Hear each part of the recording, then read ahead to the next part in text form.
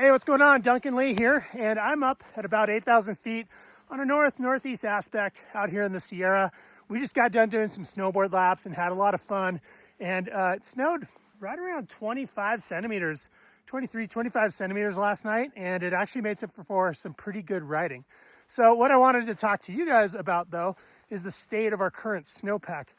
What a January, holy cow. That was an amazing dry spell. And unfortunately, there's not a lot of snow on the ground.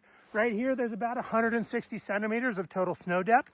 And this spot actually gets quite a bit of snow usually. So that's not a lot by our standards. Now, what a dry month has done, especially when the sun is so low in the sky, like it is all of January, with a low snowpack, that creates faceting in the snowpack. So what we've seen on the north-facing slopes, anything in the shade, has been promoting near surface facets. And if you've been out riding, that's the soft snow that you've been riding, which was great for the month because we didn't have any instabilities in the snowpack. The weak snow was on the surface and it made for soft, good riding. Now, last night's and yesterday's storm just buried those weak facets with new snow. And right here is about 25 centimeters of new snow on top of a crust, right? This crust developed over the past few days or last week, and it's kind of breakable. And then underneath that crust are these facets. They're loose grained, they're large, they don't want to pack into snowballs. This is going to be our problematic layer. Now, as you can see, it's fist hard snow. In the new snow, there's the crust, and then pretty much fist hard snow underneath that crust as well. Then as we move down into the snowpack, we actually gain a lot of strength, and down here gets pretty firm. And if I dug all the way to ground, it just continues that trend. Ooh, there you go. Yeah, look at that. Now that one, the whole thing went on the medium taps. And you can see how smooth this surface is, and it's directly underneath that crust.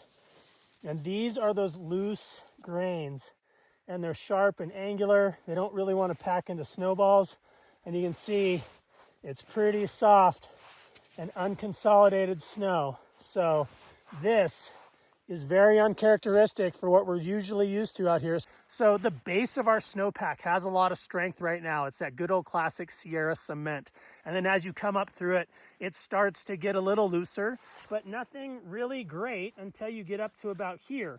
And this is the spot where those facets start to grow, and that's where they're existing right now in the snowpack. So kind of the upper half, and then there's that crust, and then the new snow on top.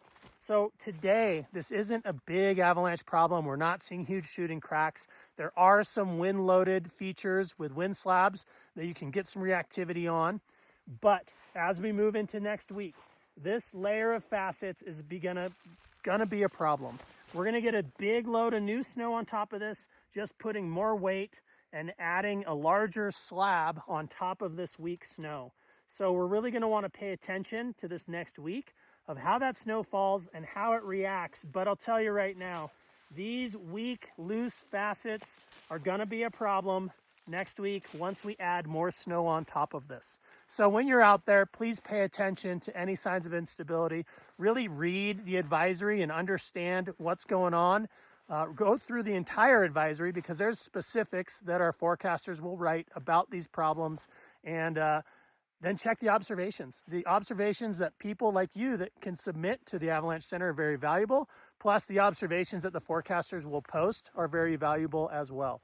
So this week, I know we went from zero. It was pretty, dry January, and it's going to go back to hero with a massive Sierra snowstorm and some sick powder days. But when you're out there, please pay attention to this weak layer. It is uncharacteristic for us to deal with this type of layer. So we really hope that everybody out there is going to make safe decisions based on the facts. And if you got to throttle back, please do. This new snow load is going to create some problems, and it's also going to revive winter. So there'll be some great lines to be had in the few weeks coming up.